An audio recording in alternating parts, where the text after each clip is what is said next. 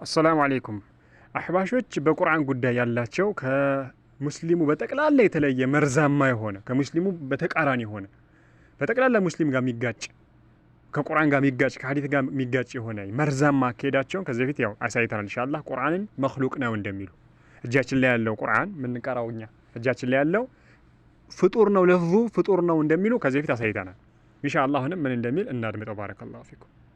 አድምጡት ኢንሻአላህ يعني كأنك تقول كلام الله زي وتاري قرآن ستر لي فلكبت كلام الله صفة الكلام مالته ነው ተመልከቱ صفة الكلام ነው መخلوق አይደለም የሚሉት የአላህን የመናገር ሲፋ ነው እነሱ አላህን ይናገራል ብለው ያስባሉ ግን ያለ ፊደል ተመልከቱ ያለ ድምጽ ገባችሁ ያለ ድምጽ ያለ ፊደል ይናገራል አላህ ብለው ያስባሉ አስቡት እንግዲህ ያው እንግዲህ ያለ ድምጽና ያለ ፊደል ያለ ንግግር እንግዲህ ሳሉት እናንተ ማለቴ ምን ሊሆን እንደሚችል ማለት ነው አላህ ይናገራል አሉ ግን ፊደልም አይደለም ድምጽም አይደለም ማለት ተመልከቱ ያለ ፊደልና ያለ ድምጽ ነገር አላህ ይናገራል ቁርአንም የሌለ ሐዲስም የሌለ ነው በነገራችን ላይ ቡኻሪ يعني በዘገቡት ሐዲስ ነብዩ አለይሂ ሰላቱ ሰላም አላህ በድምጽ እንደሚጣራ አስቀምጠዋል ተመልከቱ አላህ በድምጽ ይጣራቸዋል ነገር ግን እነሱ ከየት እንዳመጡት አናውቅም ያለ ድምጽ ያለ ፊደል አሉ እሺ ይሄንን ነው እንጂ የፈለገበት ተመልከቱ ስለ ቁርአን ግን ያለውን እይታ አድምጡ أما اللفظ المنزل على سيدنا محمد صلى الله عليه وسلم فهذا ولنبي يورد القرآن من ترتر الله يوردوا برمضان بهاراتنيا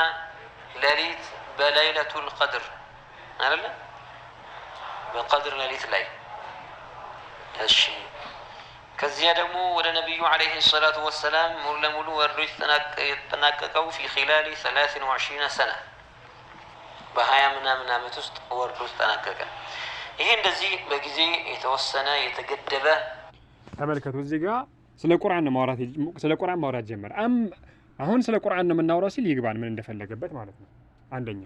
ስለ ቁርአን ማውራት ጀመረ መጀመሪያ ስለ ከላሙላህ ነበር ያወራው አሁን ደግሞ ስለ ቁርአን ነው እዚህ ጋር ግን አንድ ሊጥላ የፈለገ ሹብሃ ልንገራችሁ በጊዜ የተገደበ በለይለቱል ቀድር መውረድ የጀመረ ምናምን ይያል ያወራል ተመልከቱ طيب አላህ በፈለገ ጊዜ ያወራል መች ነው ነብዩላህ ሙሳን አላህ መች ነው ያናገራቸው አላህ በፈለገ ጊዜ ነው ነብዩላህ ሙሳን አላህ ያናገራቸው ነው አይደለም አዎ አላህ በፈለገ ጊዜ የፈለገውን ያናገራል ተመልከቱ እንደሚታወቀው ሙሳን አላህ የጠራቸው ጊዜ እንጂ በአዘል ከአርሽ ከመፈጠሩ በፊት አላህ ሙሳን ያወራቸው ነበር አሁን ድረስ ሙሳን አላህ ያወራቸው ነው ሌላ አላህ በፈለገ ጊዜ ይናገራል አላህ የራሱ ሲፋዎች አሉ ሲፈቱል ፊዕልም ሲፈቱ ዛት የሚሆኑ ሲፈልግ የሚያደርጋቸው ማለት ነው ምሳሌ መውደድን ይመስል ሲፈልግ ባሪያውን ይወደዋል አላህ አንዱን ደግሞ ሌላውን ደግሞ ይቆጣበታል አላህ ሲፈልግ የሚያደርጋቸው ባህሪዎች አሉ ንግግርም ልክ እንደዚህ ነው አላህ ሲፈልግ ይናገራል ግልጽ ነው አይደለ ተመልከቱት አድምጡት የሆነ መጀመሪያ ይሄ ቀጥሎ ይሄ እያልክ ምትለው በነብዩ ላይ የወረደው ሰለላሁ ዐለይሂ ወሰለም ቃል ለፍዙ አድምጡ መጨረሻ ላይ ወርዶ ከተጠናቀቀ በኋላ አድምጡ በአወራረድ ተርቲብ ሳይሆን በቁርአኑ ተርቲብ ሲቀመጥ ከምን ጀምሮ كسورة الفاتحة بسم الله الرحمن الرحيم كملوا كباء جمرو بسين ميالكو من الجنة والناس نعرف سين مجرشوا مجمرة بانش كذا سين هي في لالو منم ترتري لم عرمت مجمرة علو مجرشام علو يالنر فلسفنا يقولوا فلسفنا زي يالنو بزي مجمرة بزي مجرسوا يالنو ስለዚህ ቢዳያና ኒሃያ ያለው ነገር ነው لانه مخلوق لله الله اكبر ምክንያቱም የአላሁ ተዓላ ፍጡር ነውና ይሄንን ነظም የፈጠረው አላህ ነው እነዚህን ሑሩፍ የፈጠረው አላሁ ተዓላ መخلوق ነው ይላል ማለት በዚሁ በእነዚሁ ሑሩፍና በዚህ ነظም አላህ አዘሊ የሆነውን ከላሙን አመላከተ አላሁ አክበር ተመልከቱ ቁርአን ምን ይያለው ነው والله ودا ازلي ودا ሆኖ ወደ አላህ ቃል የሚያመላክት ይያለ ነው ቁርአን አያችሁ ቁርአንን ምን ብሎ እየገለጸው ነው ወደ አላህ ቃል የሚያመላክት ነው እንጂ ምን አይደለም የአላህ ቃል አይደለም ያ ወይ ደግሞ ሁለት ቁርአን ያላቸው አህባሾች አንደኛው እጃችን ላይ ያለው ወደ አላህ ቃል የሚያመላክት ያለው ሁለተኛውስ የአላህ ቃል የሆነው ሌላ ማለት ነው እንዴ በደንብ አይምራችን ከፍታችሁ አድምጡ እንጂ ምን እንደሚል ሱብሃንአላህ በጣም የሚገርም ነው አዘሊ የሆነውን ከላም አመላከተ አያችሁ አለዚያ يعني بزيه بلفظ بقوانقوا بعربኛ ሆነው በፊደላት ሆነው ባይወርድ ኖሮ سبحان الله يا الله تعالى كلام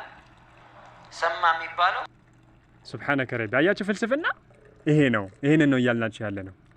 ቁርአን ምን ይሉታል ወደ አላህ ቃል የሚያመላክት ይሄ እጃችን ላይ ያለው ጽሁፉ ፍጡር ነው እንደዚህ ፍጡር ነው ያሉ ይፈላሰፋሉ እኛ አህለ ሱና ወልጀማ እጃችን ላይ ያለው ቁርአን ትርጉሙ يعني عفوا يعني ጽሁፉ ማዕናውም ሁሉም ከአላህ ነው ልብ በሉ ስለ ወረቀቱ አይደለም እያወራው ያለሁት ወይ ስለ ተጻፈበት ስክሪፕቱ አይደለም እያወራው ያለሁት ስለ ጽሁፉ ነው እዛ ቁርአኑ ላይ የተጻፈው ይሄ يعني ጽሁፉ ማዕናው መልእክቱም ሁሉም ከአላህ ነው ፍጡር አይደለም الله بزا يعني الله ይሄ ጽሁፉ ምሳሌ ቁል هو الله احد የሚለው እንዴ ይሄ ቁል هو الله ፍጡር አይደለም لا በፍጹም ፍጡር አይደለም ከአላህ እስከሆነ ድረስ በፍጹም ፍጡር አይደለም ይሄ ነው የአህለ ሱና አቋም الله በሱና ላይ በሚበረቱ አላህ አድርገን ቁርአን ጽሁፉም ማዕናውም ለፍዙም ሁሉም ከአላህ ነው ليس بمخلوق በፍጹም ፍጡር አይደለም እንደዚህ የሚል ሰው ካለ ይሄ በጣም ከባድ የሆነ ምንድነው ነገር ነው ጥንቃቄ